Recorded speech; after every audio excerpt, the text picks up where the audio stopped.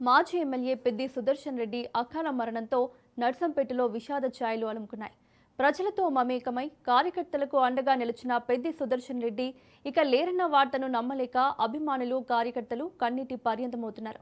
ఆయన పార్థివ దేహాన్ని నర్సంపేట నుంచి తరలిస్తున్న క్రమంలో తమ అభిమాన నాయకుడికి చివరి వీడ్కోలు పలికేందుకు భారీగా తరలివచ్చిన పార్టీ లీడర్లతో మా ప్రతినిధి Salman Khan face to face.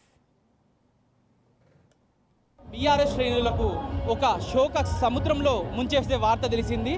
ఉద్యమ నేత మాజీ ఎమ్మెల్యే పెద్ది సుదర్శన్ రెడ్డి, నర్సంపేట నియోజకవర్గ మాజీ ఎమ్మెల్యే పెద్ది సుదర్శన్ రెడ్డి అయితే ఒక 4 రోజులుగా ఆయన ఆసుపత్రిలో యశోద హైదరాబాద్లో ఆరోగ్యం విషమించడంతో ఆయనను అక్కడ చేర్చడం జరిగింది. మొత్తానికి నిన్న రాత్రి ఆయన కన్ను మూశారు. ఈ విషయం తెలంగాణ ఇటు బీఆర్ఎస్ గులాబీ శ్రేణులంతా కూడా శోక సముద్రంలో మునిగిపోయే పరిస్థితి నెలకొంది. మనం ప్రస్తుతం గిర్నీబావి దగ్గర ఉన్నాము. ఇక్కడ మనం చూసుకోవచ్చు, ప్రస్తుతం పెద్ది సుదర్శన్ రెడ్డి గారి పార్థిక దేహాన్ని ముందుకు నర్సంపేట వైపుకు తీసుకొస్తున్నారు.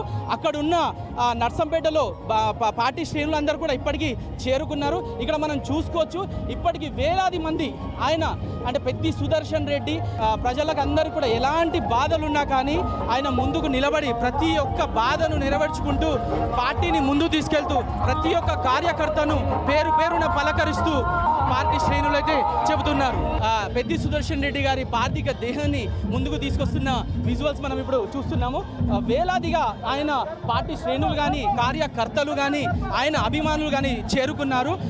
పెద్దన్న నువ్వు ఇలా ఎలా వదిలిపోతావని చెప్పేసి పెద్ది అమర్ రహే అంటూ అందరూ కూడా నివాళులు అర్పిస్తున్న పరిస్థితి. పెద్ది సుదర్శన్ రెడ్డి గారి మరణ వార్త వినగానే వారు ఏ విధంగా వారు తీసుకున్నారు, వాళ్ళకి ఏ విధంగా అనిపించింది సార్ చెప్పండి అన్న. ఒక పెద్ద దిక్కును కోల్పోయింది అన్న నర్సంపేట, ఒక పెద్ద దిక్కును కోల్పోయింది. చాలామంది బాధతో ఉన్నారు. ఎవరు సుముఖంగా లేరు. 3 వారం రోజుల కాంచెలు ఎవరు అన్నం తినట్లేదు, ఎవరు సుముఖంగా లేరు. అందరూ బాధతో ఉన్నారన్న. ఆయన అలాంటి లీడరు మళ్ళీ ఉండడేమో, కనబడడేమో అనేది చాలా దిగ్బంతో అందరూ బాధపడుతూ ఉన్నారన్న.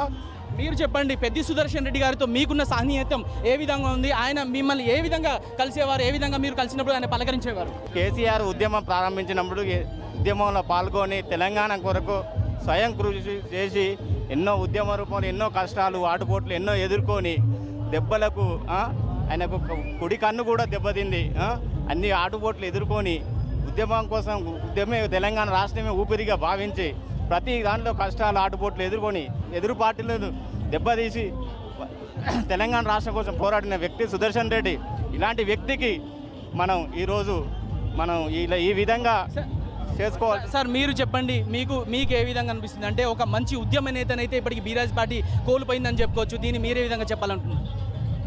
2001 నుంచి మడిమే తిప్పకుండా ఆయన చేసినటువంటి తెలంగాణ ఉద్యమ పోరాటంలో మేము సైతం అన్నట్టు, నేను 14 సంవత్సరాలు మండల పార్టీ అధ్యక్షునిగా, 26 సంవత్సరాలు ఆయన అనుచరునిగా మొదటి నుంచి చేసినాము.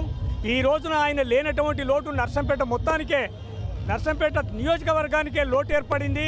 ఆయన పేద ప్రజలకు ఎంతో సేవ చేసిండు, ప్రతి గ్రామాన్ని అభివృద్ధి చేసిండు. అటువంటి నాయకుడు పోవడం నర్సంపేట ప్రజల యొక్క దురదృష్టం.